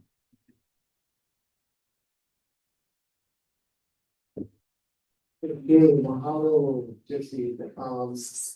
Something I got off of that was, your approach to food security, workforce, and also, working on papalolos as a viable crop, hemp as a viable crop. Throw bamboo in there too as well, you know, diversify ag and all that kind of stuff. Mahalo, and just as the side note, it comes to my mind, I mean, you have a really good cross section, there's diversity, you know, in terms of our candidates, you have Malini, you have Kamaina, you have Kanaka, which really is the fabric of Hawaii. And last night, interestingly enough, I was watching Ocean Paddler TV, and just I'm reminded of this. And Will Hawaii making his introduction, and Uncle Corbett, Kalama, he was saying, and it kind of sat with me last night when he said, you know, there's two Hawaiis. There's the Hawaii, which is the Hawaiian culture, and then there is the culture of Hawaii, which is real dynamic and diverse. And you know, we talk about, well, for me personally, you know, grandma always said, aloha is the recipe. And if you want to cook something good, you gotta follow the damn recipe.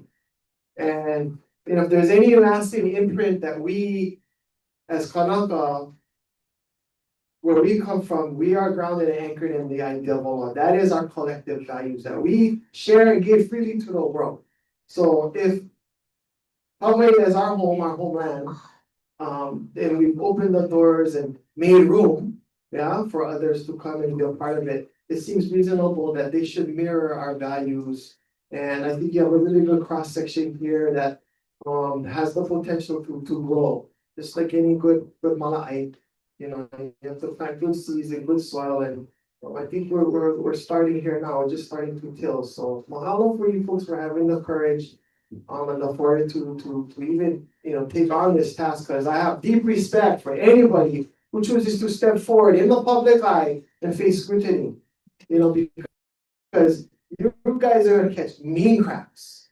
One, because you guys are outlier party with zero money, okay, and zero, but what you do have is you have a line, you have the truth, okay? And you have everything behind you, and you have all grounded here. So, and I've told others, you know, at least our umeke, the spring water is clean. Okay?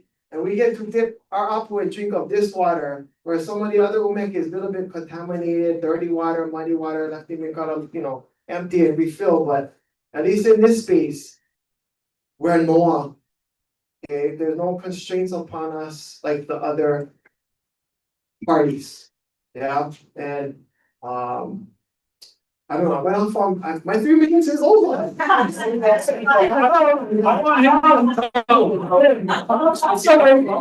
You did, you So, Raphael over here, he's an introduction, take it away, Mom. So I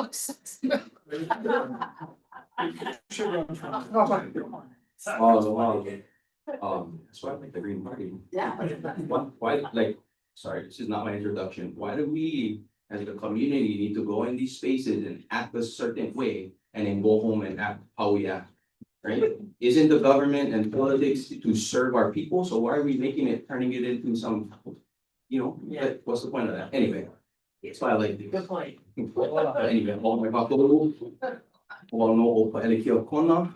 Born and raised right here in Lahaina, right across the street actually, where I used to watch every single BJ Penn fight. And over here when we wasn't supposed to, when the gates were closed. Right down the road here is where I grew up, also down Mala. My grandmother's home once stood in the back over here. But yes, my outlook on this place, my life, and how we move forward as a people, it was all shaped by all of the experience that I've gained here and that I've gained even on Hawaii Island, where I've lived for about 10 years there, finished high school and college, finished college with my environmental studies degree, and came back home here to Maui.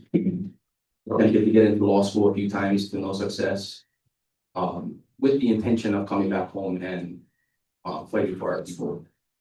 I wanted that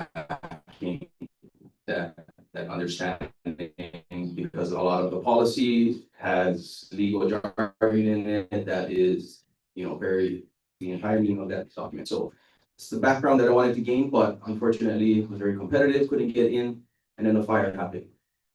And the fire catapulted me into this position of leadership that I wasn't seeking, but into a position where I could make the change for my people that I needed and wanted to see. From those fires, we formulated a line of strong,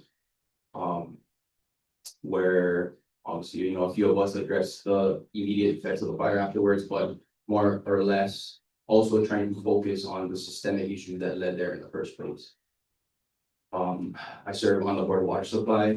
I'm a vice president to Save Honolulu Coalition, vice president to Mahana Fanu Club. I'm in so many different things that I probably need to shed some of that weight. But more to my campaign main messaging is all live life itself.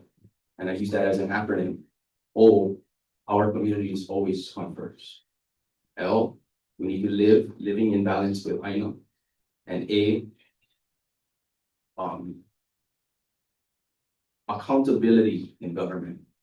Because without accountability, people forget who they work for. At the end of the day, we put the gas in their gas tank, we put the shirt on their backs, we put the food in their refrigerator that they can use to feed their kids. Therefore, they work for us. And I will work for you once I get into that position. And I chose the Green Party because it does not put a box around what I am able to do for my communities. We saw after the fire, that box held us down and we broke free of that box, and we had to do things that were so unconventional that people would not even have thought that was the solution. But the solution can only come if you're outside of the box first. You gotta be able to be from the outside and looking in. When you go in and you ask for strong, one side, I want strong environmental protections. But that strong environmental protections comes with heavy governmental oversight. When the bureaucracy starts to get in the way, and you gotta set aside 6 months just to get an idea across to make it happen when it needs to happen now. The flip side, less governmental oversight, zero environmental protections. I gotta choose between the two. How are you supposed to do that?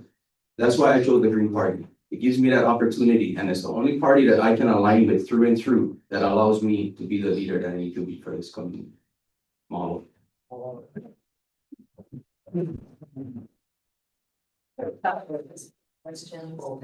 Susan, do we have time? We're doing a lightning round, 30-second answers. And then Okay, we're done. 30 seconds, and this is to each, yeah? Yeah. Okay, here's some questions. You guys are free to answer, so that's just so true. What are some of your favorite things to do outside of running for political office? Go. Well, I like to coach kids. I work at a school. I do after school program. I like to help people. I work with YMCA. I work with water classes, boot camps and stuff. I like to make people feel healthier and all that and just live better lives. Like I said, I want to make my part your best part of the day. So now try to make your life as good as I can at all times when I'm around. All right, healthy.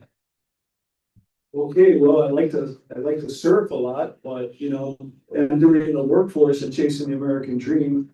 I haven't been to do that as much. So basically, what I like to do is pay the bills, keep a roof over my head, take care of my family, that's really the main thing for me. Everything else is a bonus. I'm blessed to live here in Hawaii. When I'm not working, I feel like I can enjoy the land and I'm on vacation. And you know, I like to listen to tunes. Crank the stereo. Wow. Something I like to do outside of this space, this political space or leadership space, advocacy space. Anything in the ocean. I love being out there. It's the only place that I can unplug and not think about all of the issues that I face day to day. Paddling canoe is probably one of my biggest escapes from this hectic, crazy, very fast and toxic lifestyle that, you know, and I know many of us here are not the people we didn't want, like necessarily want to be here, but who they are. That's why we're here. And the biggest part of that is building the community. That's one of the spaces where you can build community with people and build that trust for the rest of your life.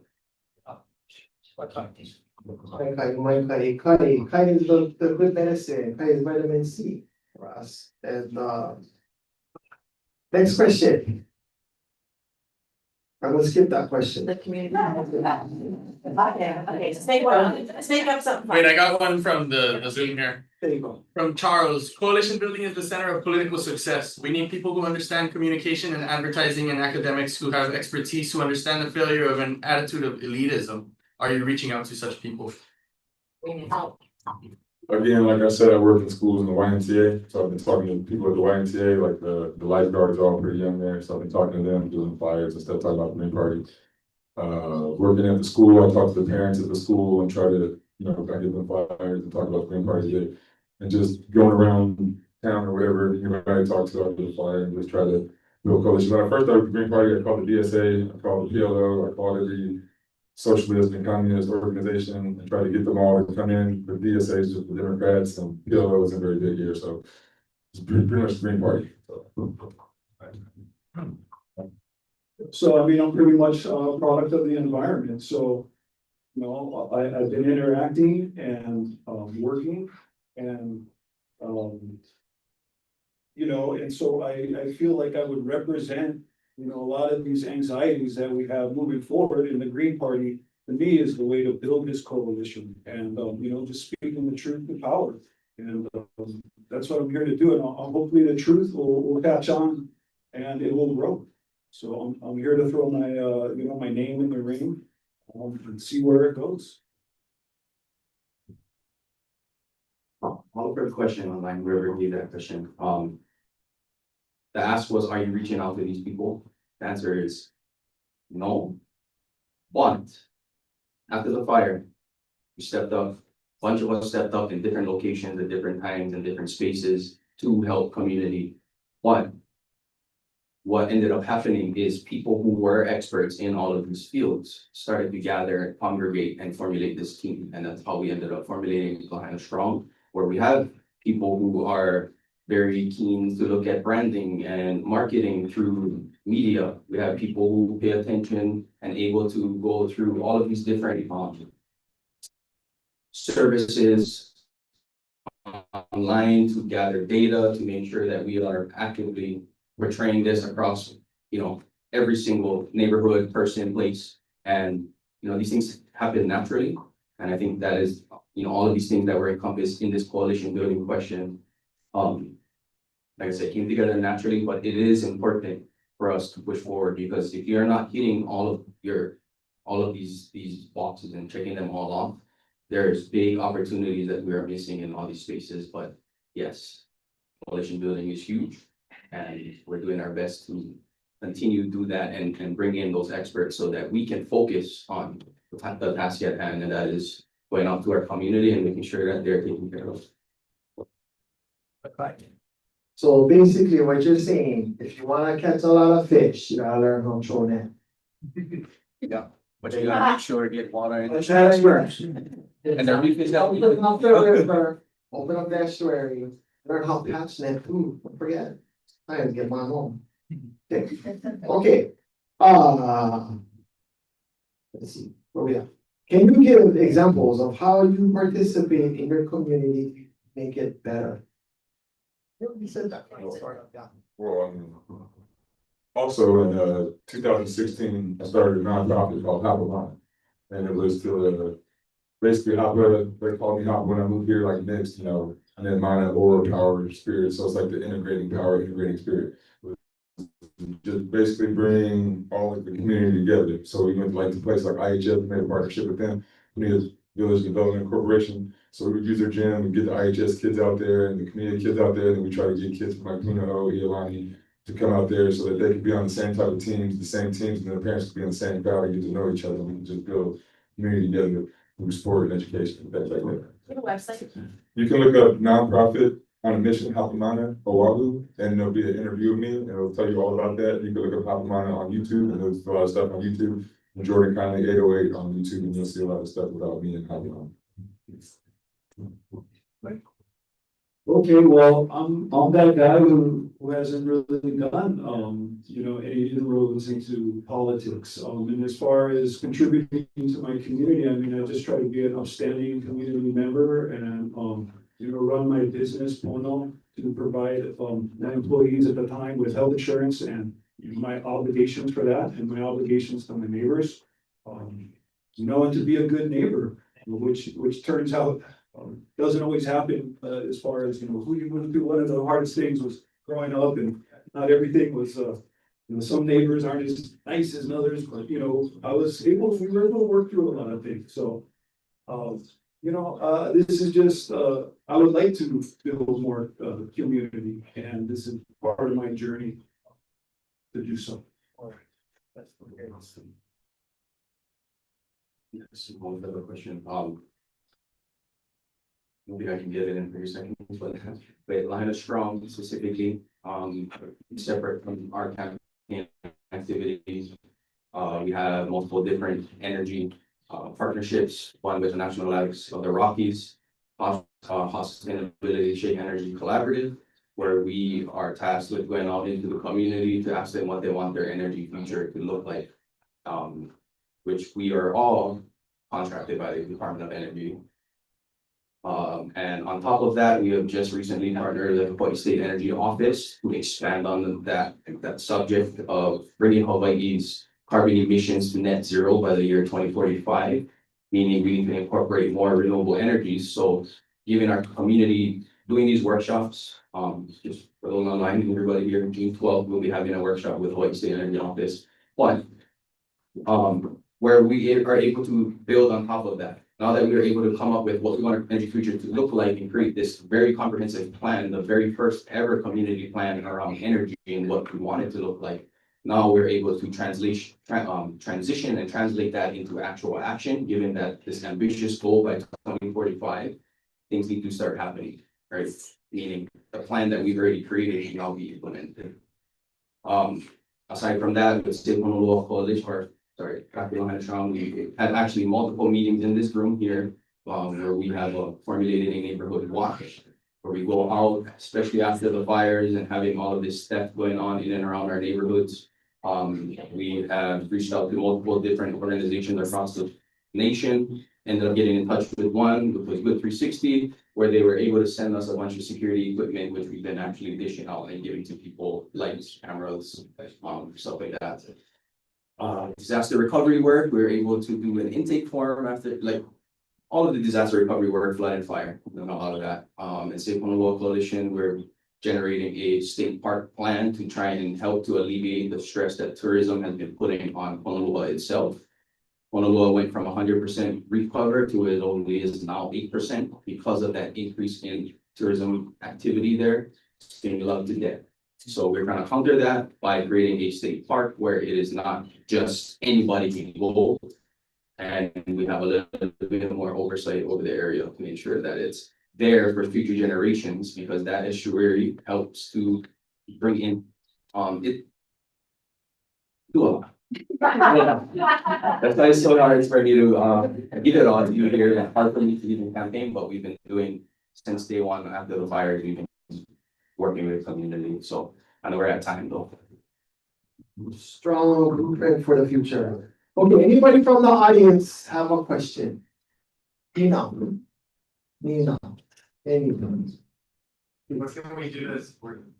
What can we do to support you folks? Send money. Yeah. For the cost of a plate lunch, if all of the voters spent way much money for these candidates, we would have really strong support, okay? So consider it like that, it's a plate lunch. Now just get all and be a multiplier. Yeah, be a multiplier amongst your ohana, your friends, your family, and the networks. You are your own connect the dots and encourage them to support these kind of, because really what we're doing here is we're testing new theories. We're presenting outlier ideas that are actually sensible, right? It actually makes sense, but cannot exist in any other party because they're subject to the constraints of their own party. They don't wanna make sense, they wanna make dollars. Exactly. So, this is a true grass and roots efforts. Okay, because the saying is, we are the grass and the root. And $20 will go a long way to saying, man, this is what I believe in. I can buy into all of these ideas, and they are fully achievable in our lifetime for our kids and our descendants, our mo'opunas, right? Just real quick before we wrap this up. This is the mo'olelo. This is the story because it comes from our mo'okuauhau, our puamo, and our mo'opuna. So as long as we're all here, the mo'olelo still exists, and this is the next part of the story.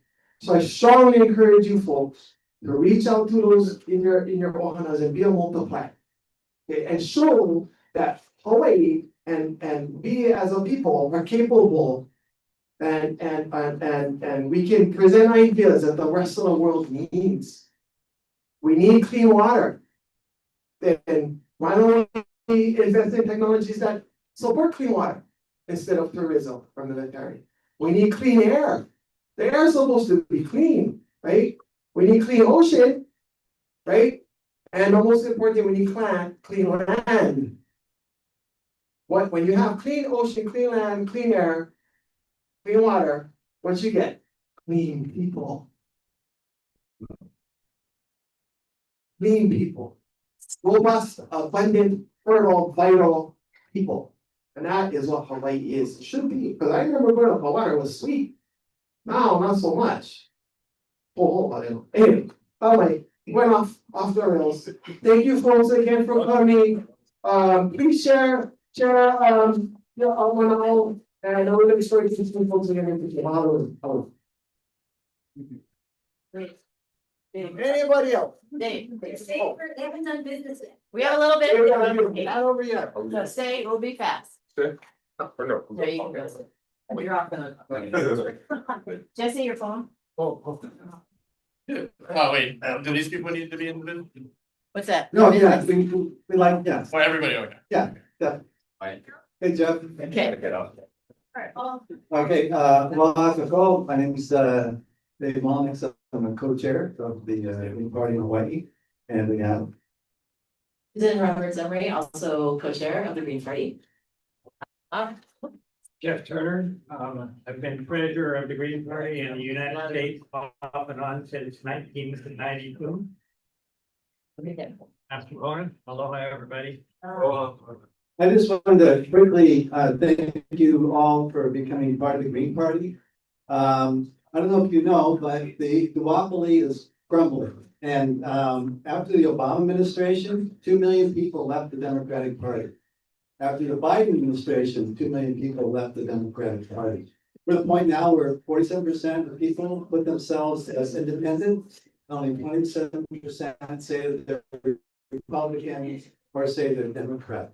And the interesting thing is that the winning platform that Bernie Sanders ran on, AOC ran on, Mamdani just ran on, and the squad, and it is the Green Party platform. So when they say that the Green Party can't win, that's ridiculous. Our platform wins. So if our platform's winning, then our candidates can be winning. And so we have to overcome that. And what we're doing here now is we're building a movement, and that's what we need because people have rejected the duopoly. They're no longer interested in the two parties that are ripping them off and lying to them. And they're looking for a party, and that is what the Green Party is. It is a party that people from all parties really believe in, that because of our platform. We're gonna think about maybe Greta Thunberg, one little girl sitting in front of a government building saying we're in a climate disaster. And people started listening to her, and she started an entire movement. People all around the world joined that movement to do something about climate change. So, think about that. You're kind of the first ones in the door, and we appreciate that. And get as many of your friends and relatives to join the Green Party, because that's how we make change happen. We need to build not just a party, we need to build a movement to live that. You're already living the movement, so make this the party and the movement you belong to. Okay. And that's what we're doing our co-chair reports. That was mine, and I'm passing this over to Susan. We're running a little short on time. I want to say both speakers spoke very loud from their hearts, and everything they said, tears were coming to my eyes, and I fully agree with everything they say. We need to get back to the aloha aina. The path forward is in the land and in the people and in our hearts. So, if we could, the military right now has a 6.4% contribution to Hawaii's gross national product, if you want to call it that. But I think we could change with an INA-based approach on all the islands, and the military industrial complex, the tourist industrial complex. That's good. The what do you call that?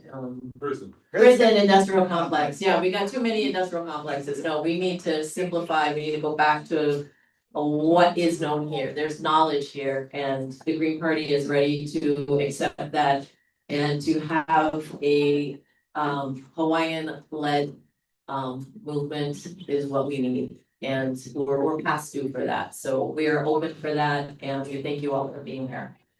Okay. Yeah. Moving on to our social report with Jeff. You might put the microphone up close to your mouth. Okay, the numbers. I know it's boring. I gotta be quick and plain, but we have some goals and I want you to hear about them. I'm not the treasurer. I've been the treasurer. Sylvia, who's now living on Maui, is officially the treasurer. And so I prepared this with her help. You have the statement of income and expenses for 24 and 5 compared. And I think the important part is if you look at the third line, total 24 revenue was $1,200. This year it's 2,200. We're gonna get the budget, and it says we want to raise 11,000 this year, and we're halfway there already. So we've ended up the year with $3,000 in the bank, and the details of the expenditures are listed there on the top half. And the bottom half of this says what we've done since January. That we're a calendar year entity, and that's how our financial statement is written. Even though the state kind of operates on a fiscal year. So any questions about this financial report for the year? And I think I think that We need money. Steering committee will approve that officially. And then let's turn to the budget. I want to go down this really fast because we want to raise money this year. And we want you to give money or find someone else to give money. So we'll be rolling out a fundraising plan, and you'll hear about it online and on the website. And pay attention, we won't get where we want to go without some people stepping in. And some people are on a regular basis.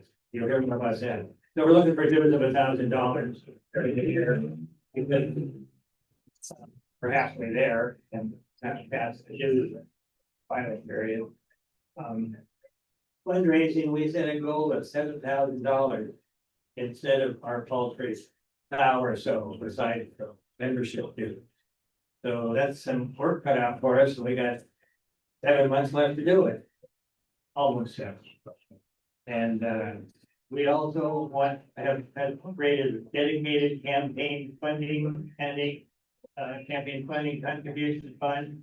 And the 3 people that were sitting here earlier automatically get $300 for filing a website with a donate button and filing for office. There's a fund of there's $3,500, I believe, is that right? That's in that dedicated fund, and that's available for the candidates to request contributions if they need support. You want to give money to the dedicated campaign funding account, you can send money with that designation. And then we're gonna be wrapping up some merchandise program. We've got good stock of t-shirts, we're gonna get some other things. And there's some out on the table. And I have a t-shirt, or excuse me, a sweatshirt there that's too big for me. I just lost 50 pounds over the last 5 years. And so there's a slightly worn, but a pretty good size, large Green Party of the United States sweatshirt. If someone wants to hand me $10 or $20, I'm gonna put it in what I pledged for this year to be $200 a month to go to the party fundraising plan. So we're looking for $11,500, close to it in the next 6 months. And then there's a list of the different expenditures we decided we need to do to receive those we're headed for. We think we need to hire a couple of people to do a couple of work because things that 3 people have been doing for years for nothing, and they're wearing out. And they're as old people. I'm 82 next month. They're gonna be here forever. And there's some hard work to do, and we need to pay someone to be a coordinator. And we've got a feeler out to a woman that does campaign spending commission filing, and I think it's safe to have that done well by a professional. He's trained in progressive politics. He's run for office. So those are the things you see down at the bottom of contracted services. Any questions about this? Anybody want to write a check right now? Somebody will take it to the bank, or Susan. And so I think we want to, the steering committee has approved this budget. This is a revision from when we talked about it a week ago. And so I want to offer this to the party for adoption as the budget for the fiscal year, for the calendar year. Which I have stated wrong at the header. It's for January 1/26 through December 31st, 26.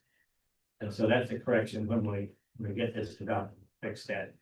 And so we're calling for an approval from the membership to follow our bylaws, which we haven't really done very well for a long time because there's been nobody else to help. And so we just assumed and moved on. Thank you for showing up to help, and thank you for showing up with a good candidate in Maui. Yeah. I hear consensus for adopting this budget. Yes. Thank you. Any objections? Okay, you passed it. All right. Aloha, everyone. Thanks for inviting us here. Love us time. I'm going to turn this over to Susan. She's announcing the results of our elections. Boy, such exciting elections. We need people. Check out our website. Candidates are on the website. How you can volunteer is on the website. We really need people power. So, yeah. You say it's a brand new website? It's a brand new website. It's a beautiful website. It's not our old dinosaur anymore. So thank you to Pat and Sylvia and everyone that's been working on that. We have a brand new website. So, Our co-chair elections, I was myself, Susan Roberts Emery, female co-chair, Dave Mullenix, co-chair, male co-chair. Treasurer is Sylvia Litchfield. We don't have a recorder, so we're missing someone that is in charge of taking care of our meetings and kind of keeping us organized, so we are looking for a recorder. National delegate, Dave Mullenix, that's to our national party. Another national delegate is Ben Emery. Was elected as an alternate delegate, so those are our elections. And again, thank you all for showing up. Thank you for being here for Lina. For all of us. We gotta give a huge, round of applause to Jackie. Yeah. Oh my God. Beautiful face, open mouth, and pulling us all together. This is not easy. You wanna say something? She's tired. She's tired. She can nap. I don't know who else helped you, but whoever did the volunteers who helped out, thank you so much. I mean, this is really a great place to meet, right? And it's really beautiful. Andre set up our. Oh, Andre, yeah. Thank you. Wherever you are. And, yeah, so, you know, the world is in crisis. I'm also with Greenpeace and 350 Hawaii. We got the state of Hawaii to declare that we're in a climate emergency because we are. Anyone who lives near the ocean can see that we've got houses falling into the ocean, and we've got ocean washing away our beaches. Well, the fire here, and we just had a huge flood over on Oahu. This is all climate change. So it's really essential that we get involved in some way, however you do it. I've had people come to me and say, I don't have time to, I'm a mom and got 3 kids. Like, that is the most important job in the world. So be a mom, you know, and raise those kids to be honorable and to do the right thing and to look out for others. And that's helping us out in that way. But we can all do something. I think we all have to do something. The world is in crisis.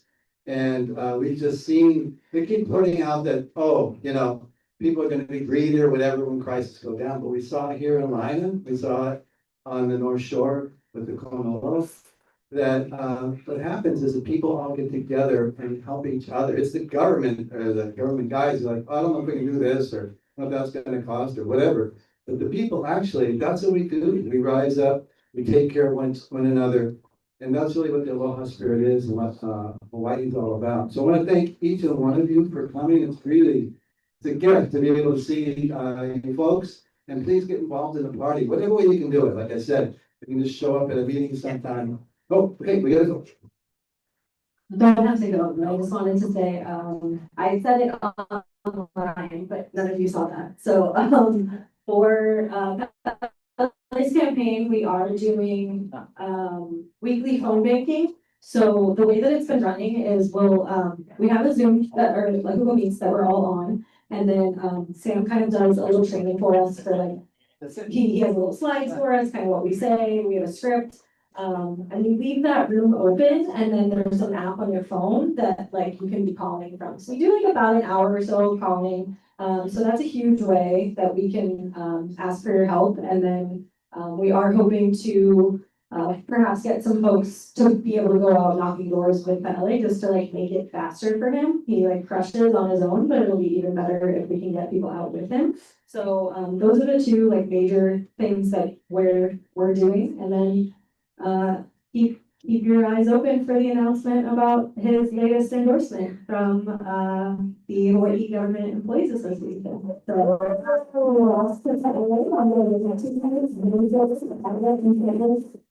That's the union endorsements. So that's huge for his campaign, for the Green Party, and just for showing like where most people are at in Hawaii. People don't care about what party you're associated with, they just want to see change. And so let's just all be a part of that change. So thank you all so much for coming.